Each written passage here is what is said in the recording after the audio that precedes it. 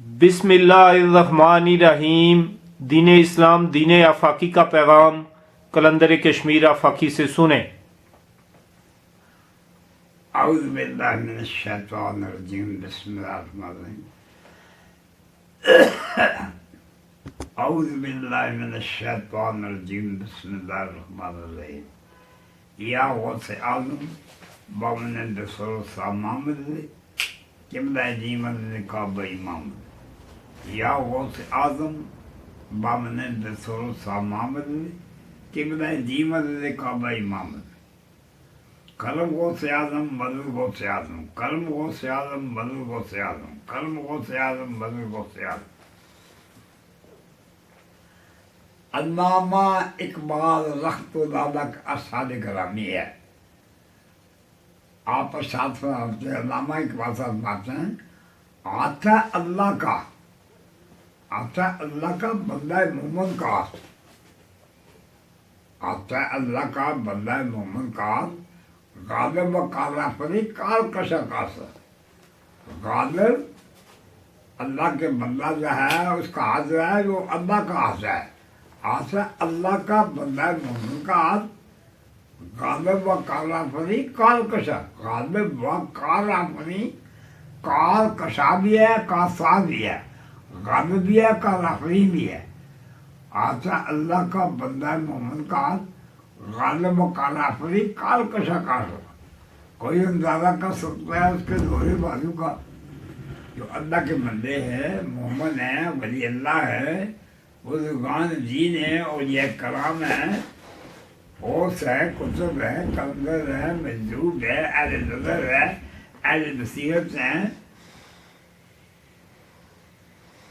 وہ ان کو اللہ سے بڑی صلاحیتیں عطا کی ہے، بڑی قوتیں عطا کی ہیں۔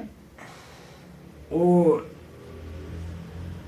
یہاں میں ایک حدیث بیان کر کے تبر کے طور پر آگے چلتا ہوں۔ حدیث قدسی ہے، اللہ فرماتے ہیں، جب میرا بندہ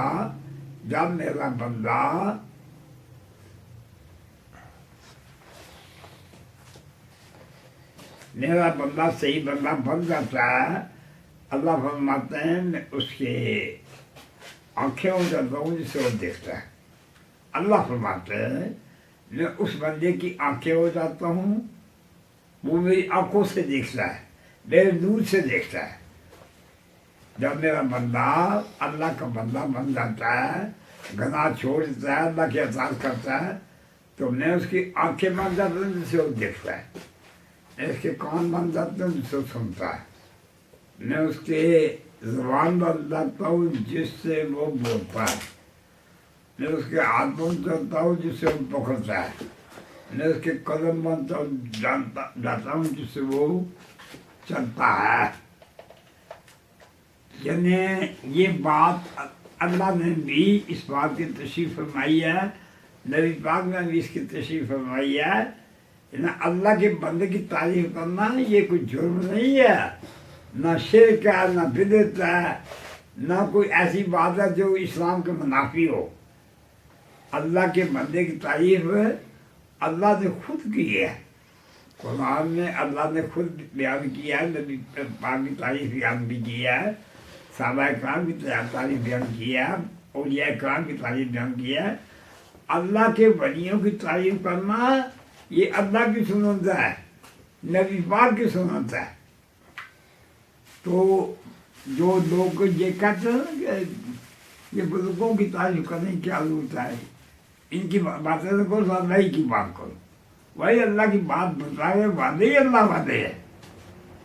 دیکھیں جناب نبی پاک دنیا میں جب تشریف لائے تو 360 نقطہ خانہ کعبہ میں 360 بت تھا، تو نبی پاک نے تشریف لا کر ان بتوں کی صفائی کی، اللہ کا نام اور اللہ کے ذکر جو ہے وہ نبی پاک نے اس کی بنیاد رکھی۔ شروع میں یہاں تک سا ماندہ کہ جو مسلمان تھے، صحابہ کرام وہ پوشیدہ نماز پڑھا کرتے تھے. یعنی وہ اس وقت جو ہوتے ہیں نا یہ کافر لوگ، منافق لوگ، بے دین لوگ، مشرک لوگ، یہ دین اسلام کی اور نبی پاک کی مخالفت میں، دین کی مخالفت میں، قرآن کی مخالفت میں، صحابہ کرام کی مخالفت میں یہ بڑے آگے بڑھے ہوئے سے. جب عمر فاروق مسلمان ہوئے نا، دارا اسلام میں مسلمان ہوئے تو نبی پاک نے اب اسلام نماز میں یہ برملا پڑھی جائے گی، سامنے پڑھی جائے گی، پوچھنا نہیں پڑیں گے کہ اب اسلام کی جو ہے وہ پاور جو ہے وہ بہت آگے نکل چکی ہے. یوں سرکار کی شان تو عجیب ہے. اللہ فرماتے ہیں جب کسی چیز کا میں ارادہ کرتا ہوں کن. سورہ یاسین میں آیا اللہ فرماتے ہیں جب میں کسی چیز کا کرنے کا ارادہ کرتا ہوں تو کہتا ہوں کن، فیکون وہ چیز ہو جاتی ہے.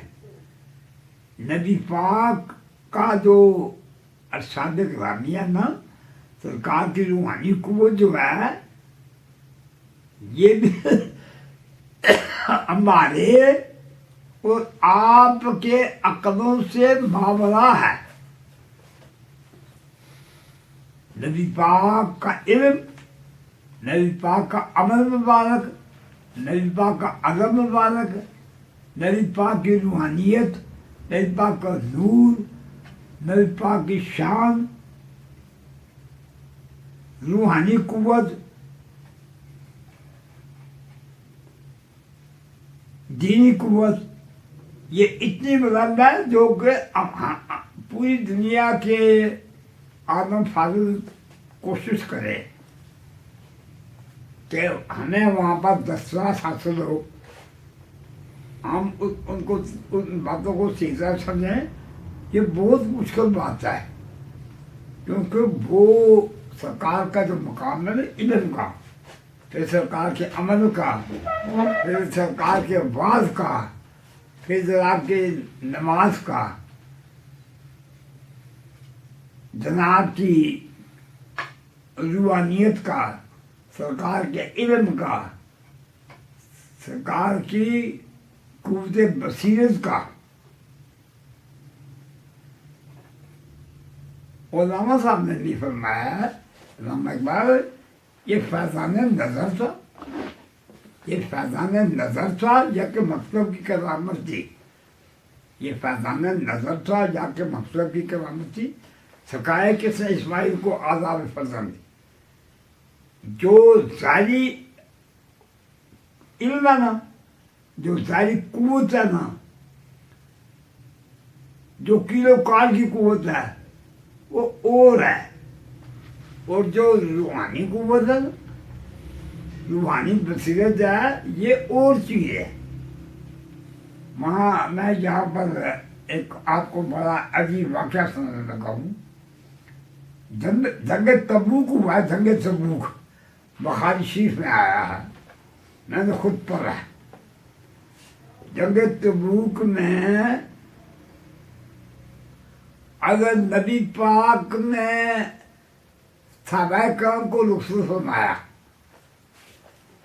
اگر نبی پاک نے صحابہ کرام کو رخصت فرمایا اور رخصت فرماتے ہوئے نبی پاک کا شان گرامی ہوا، جو آپ نے وہ مقرر کیے نا، جو بڑے اپنے جرنیل سے، بڑے جرنیل سے ان کو مقرر فرمایا نبی پاک نے فرمایا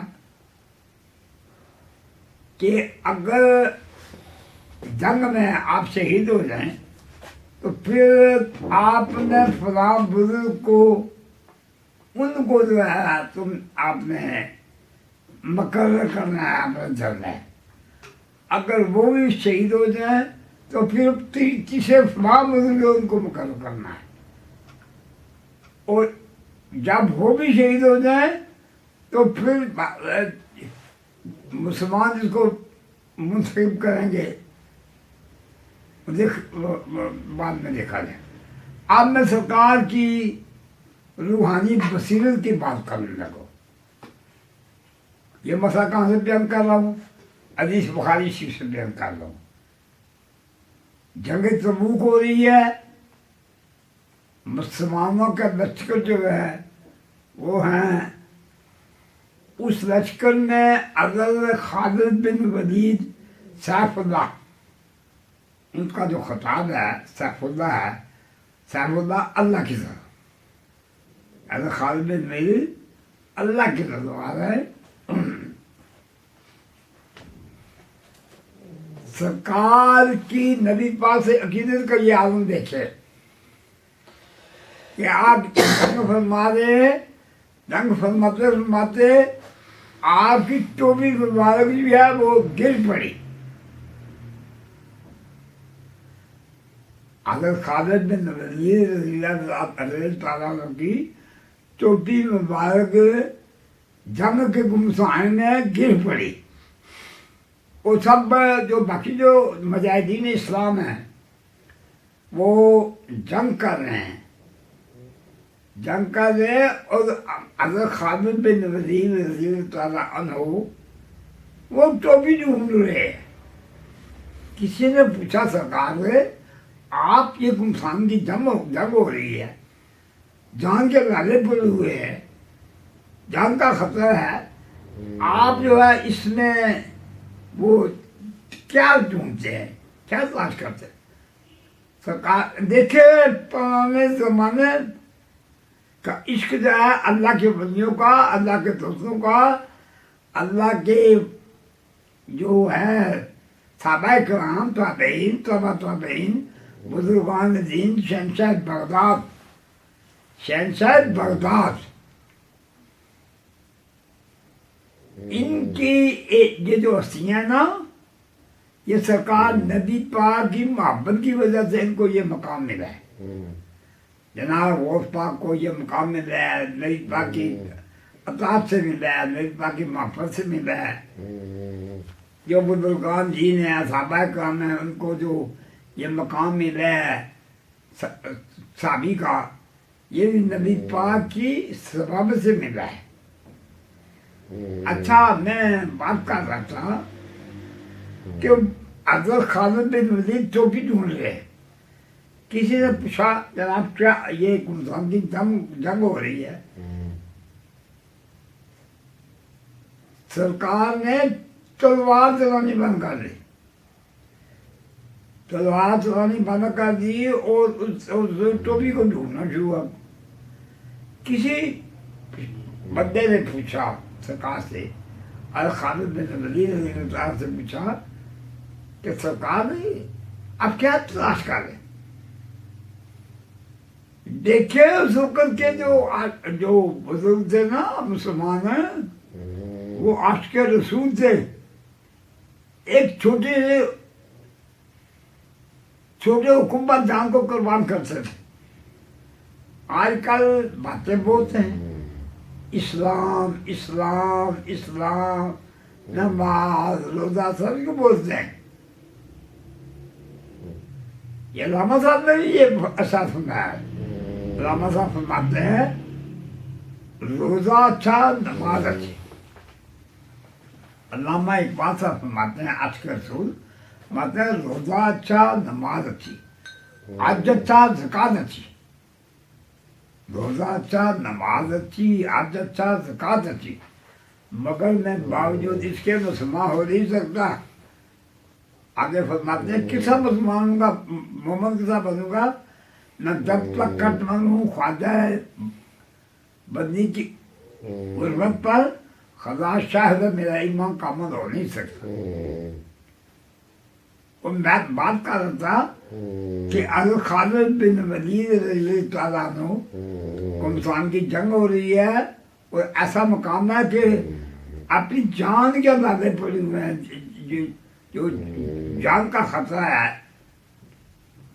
لاکھوں کافر ہیں، مخالفین ہیں، جو مقابلے میں یہ جنگ تبوک کی بات کر رہے ہیں. یہ حدیث میں ہے، حدیث بخاری شریف میں ہے.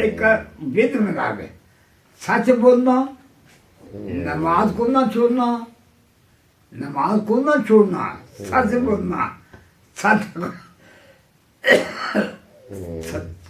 سچ کی اطاعت کرنی, سچ کی پروٹیکشن کرنی, سچ کی حفاظت کرنی.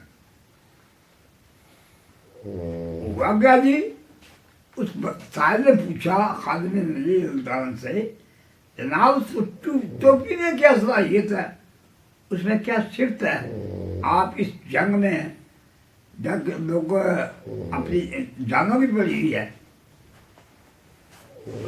دیکھے صحابی کا ایمان دیکھے. یہاں میں حضرت نیل مالیہ علیہ السلام کا واقعہ بھی بیان کروں گا. علامہ صاحب نے بتایا نا, وہ موجود تھے زمانے میں مسلمانوں کا, وہ جو سابقہ بزرگان دین ہوئے ہیں, اللہ والے ہوئے, مسلمان ہوئے ہیں, محمد ہوئے ہیں, وہ موجود تھے زمانے میں مسلمانوں کا, ہم خار ہوئے تارک قرآنوں کا. علامہ صاحب کہتے ہیں یہ تو سید بھی ہو, مرزا بھی ہو, فواد بھی ہو. علامہ صاحب کہتے ہیں یہ تو سید بھی ہو, مرزا بھی ہو, فواد بھی ہو, یہ سبھی کچھ ہو تو بتاؤ کہ مسلمان بھی ہو.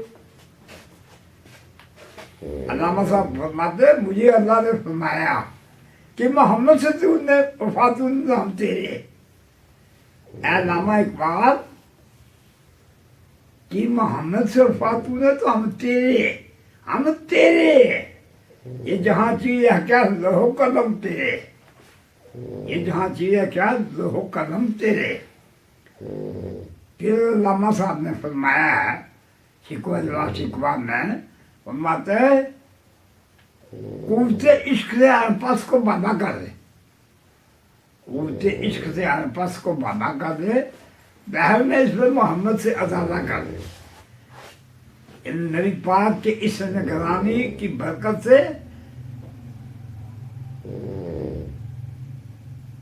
نماز کیا ہے, روزہ کیا ہے, حج کیا ہے, زکوٰۃ کیا ہے, نیکی کیا ہے, بھلائی کیا ہے, یہ سب نبی پاک کی اطاعت ہے. سب نبی پاک کی اطاعت کریں گے تو پھر آپ مسلمان بھی ہوں گے اور مومن بھی ہوں گے. یہاں پر دو میں حدیثیں بیان کرتا ہوں, آگے چلتے ہیں. نبی پاک کا ارشاد گرامی ہے من سلم المسلمون,